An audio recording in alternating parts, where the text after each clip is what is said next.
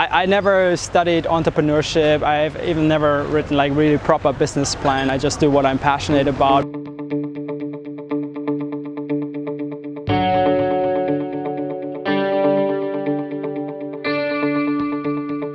All right, so Michael, thank you very much for the time you've taken with us today. Busy afternoon, so do me a favor and tell me a little about yourself and what you're doing here in Bangkok. Yeah. So my name is Michael, I'm half Thai, half German, and I'm from Germany. I've been here 15 years and I'm running a small travel company called Bangkok Vanguards. So basically I'm trying to balance entrepreneurship and being a tour guide, showing people the inside outs of Bangkok. How are you adding social entrepreneurship, social elements into your tours? Well, for me, first and foremost, what inspires me outside, the physical realms of the city, the alleys, and the things that we visually perceive are the human stories behind it, because it's human who create the culture, who make the places, and due to my relationships with people that inspire me and from which I learned a lot, I want to convey those stories to the visitors to better understand the city from a human perspective. And how do you do that? I mean, you've got a bunch of foreigners likely coming in, and they're just in shock and awe of everything that's happening here, but then you take them down these quiet little alleys. What are you hoping that they take away from here? I'm hoping that they, see Bangkok not as just a polluted, hot, busy city, right? A lot of people, they have this little adversity, against, big cities, but taking inspiring stories into account on how people are attempting to improve the quality of life of themselves and their community, gets them to reflect about their own way of life back home and to compare. And I think from that, people, we learn a great deal and get a better understanding of what makes human life in cities. How did you come up with this to begin with? I mean, most travel agents are just trying to make more money. Right. It sounds like you have to spend a lot more time developing that story and developing that pattern. So why are you doing this? Because I speak Thai, so I have access, to the people, because I like to talk to people and I'm interested in people, and I have the ability to build relationships. And and there are people that truly inspire me and that make me think or better understand why the things are the way they are. And sometimes that made me think then, how could that be with all the resources that we have, that still people that do great work don't get any exposure or support? And that was the trigger for me to get more exposure to these people. What is it about the city that's attracting people, and what are their hopes and dreams here?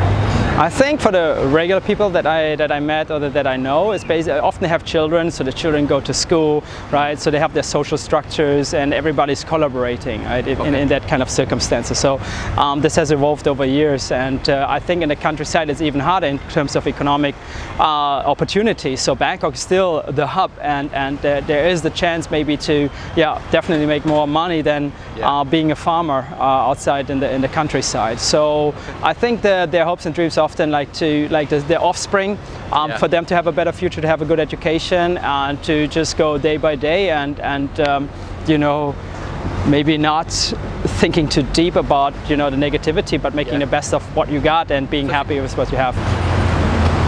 What is it that when you take a group in and you show them this, what is their natural reaction to some of this stuff, and what's your goal by exposing people to this? Well, I think the reactions to it, a lot of people come to us, they were like repeated travelers, so they love Thailand and they love the people, they love the heritage, the cultural aspects, right?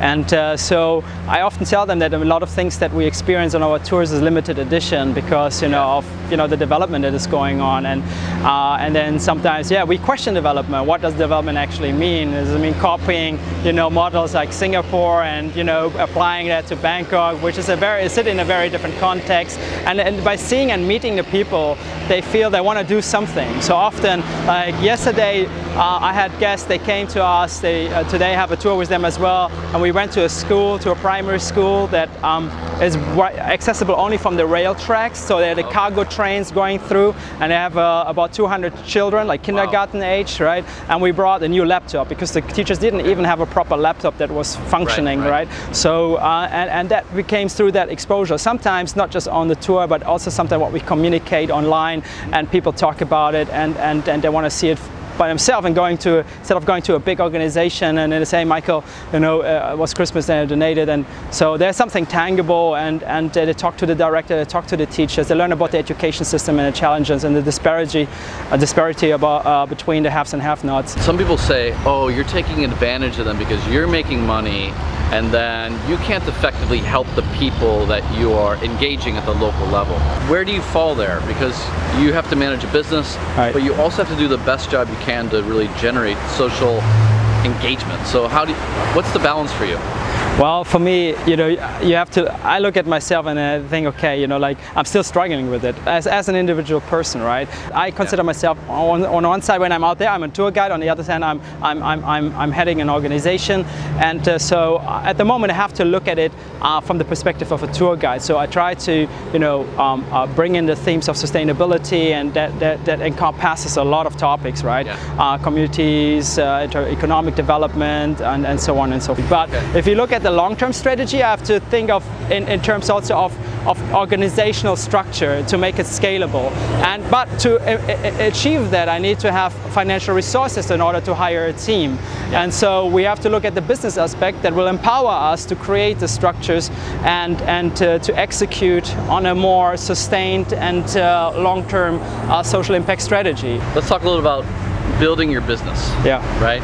I was just at your office. It's a small office.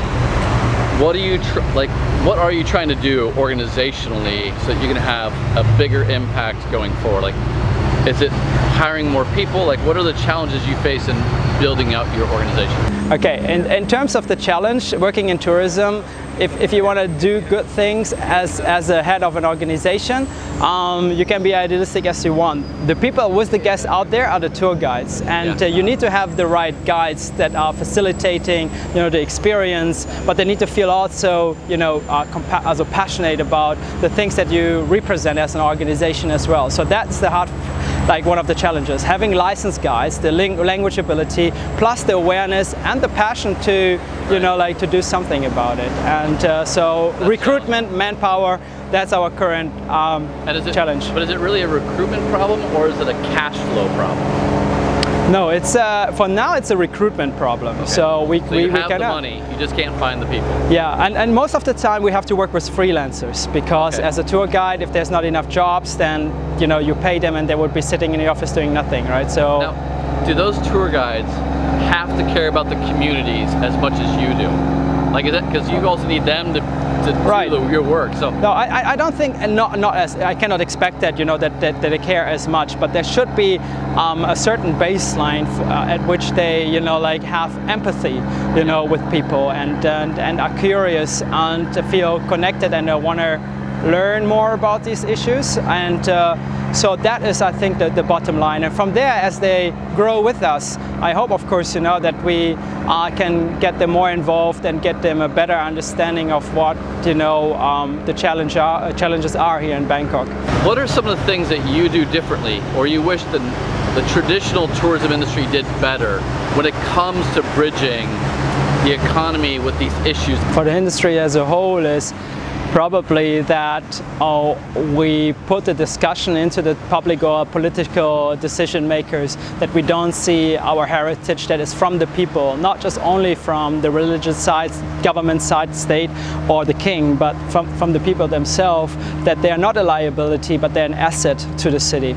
And I think that if we as entrepreneurs in the tourism industry recognize, you know, the importance and the value of that heritage, maybe some decision makers will say it's not.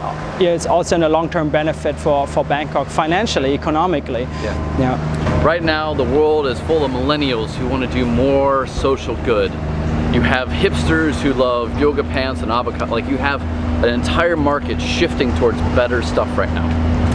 How is this benefiting you, or what are you seeing from your side right now? Are there more people interested in these tours, and not just yours, but in general? Are there more people interested in this space right now? From what I heard, I suppose yes. Okay. That people are you know, if they consume, that they want to be more responsible consumers and they are more conscious about what they consume. Right. And so the same goes for when they travel, right? So to make maybe directly or indirectly some positive contributions, right. and which leads back again to social impact. What is it actually that we are creating other than educating people, right? And talking to people on the tour, I noticed that there is awareness and that there's a willingness to actually go beyond. So they stay in touch with us often. Yeah. Like, so they send me a TEDx talk or whatever, say, hey, that's what they do in whatever, in San Francisco, right? When it comes right. to gentrification, maybe you should take a look at this. And so we stay okay. connected with a lot of our travelers who become advocates or supporters of what we do. And I believe in that kind of building this kind of community is yeah, something great. Yeah. Okay.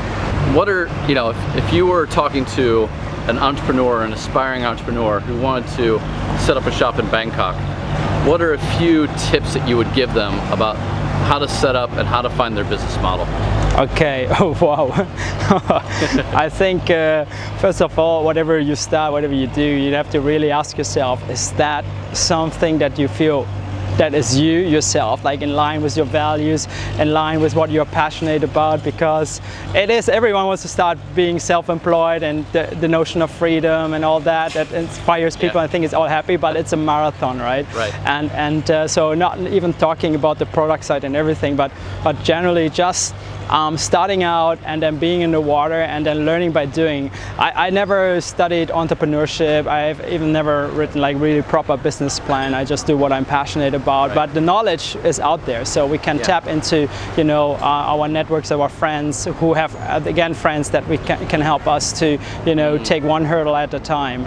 But if you're not passionate about or not believe in what you do, then, you know, even a medium-sized hurdle can lead to like throwing the towel. So if you start out, actually, I was having a conversation about if you're not passionate about the issue, then you're never going to start a business on it, right? And even if you start a business, you're not going to really fulfill the mission of that business because you're going to lose passion over time. How do you remain passionate about this issue? Like, what is it that gets you up every morning? What do you love to see? Well, what I love to see would be like to create more experiences that have more impact. So I see myself still at the very, very, very beginning of things. Okay. Right now I have stabilized our enterprise. We have bookings coming in. We're building a following and support.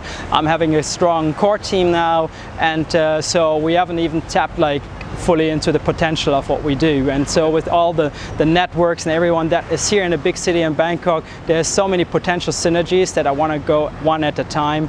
And so I think I don't have enough years in my life, and the day doesn't have enough hours to pursue all this. So that keeps me, you know, keeps me going. How do you take that to other forms? How do you make sure that when you tell a story that it has real impact? And is there a way to do that through like a Humans of Bangkok kind of mindset?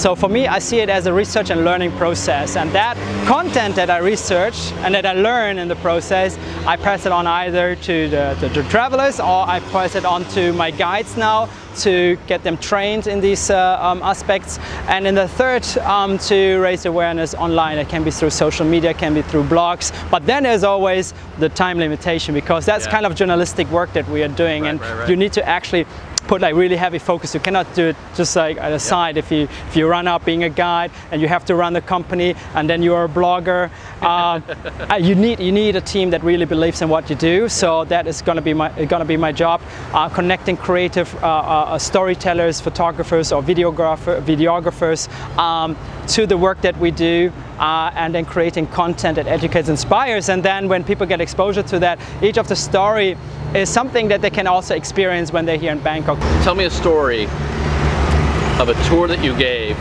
or a person that you've met that you hold on to yourself and just like, wow, that had a real impact on you. Which one? maybe the Bye Bye Chinatown tour. So the Bye Bye Chinatown tour is basically a walk through one of the oldest, largest, and most successful Chinatowns worldwide. And I got to know a group of activists that are fighting for the conservation of their neighborhood, which is located along the new MRT lines, the new subway lines. And seeing what they do, listening to them, and seeing the struggles, and then realizing, you know, these uphill battles, which is so symptomatic for how society is structured. Yeah.